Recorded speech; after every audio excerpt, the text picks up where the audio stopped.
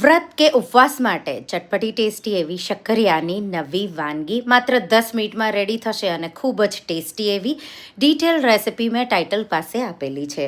તો આપણે શક્કરિયાની છાલ ઉતારી એનું આ રીતે છીણ કરી એને મીઠું અને લીંબુવાળા પાણીમાં રાખીશું, એટલે શક્કરિયા છે એ કાળા નહીં પડે.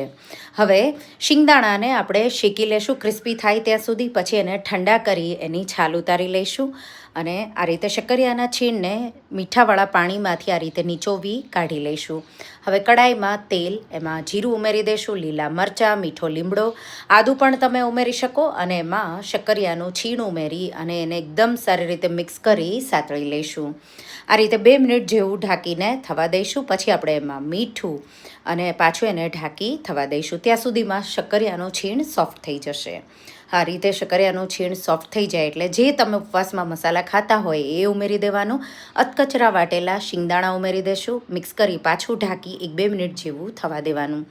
હવે લાસ્ટમાં ગળપણ તમને જોવે એ રીતે લીલા ધાણા, લીંબુનો રસ નીચોવી મિક્સ કરી અને ગરમા ગરમ શક્કરિયાનું તમે છીણ કે શક્કરિયાની સૂકી ભાજી તો બહુ ટેસ્ટી એવી લાગે છે. એકવાર તમે આ રેસીપી ટ્રાય કરજો અને મને કહેજો રેસીપી કેવી લાગી.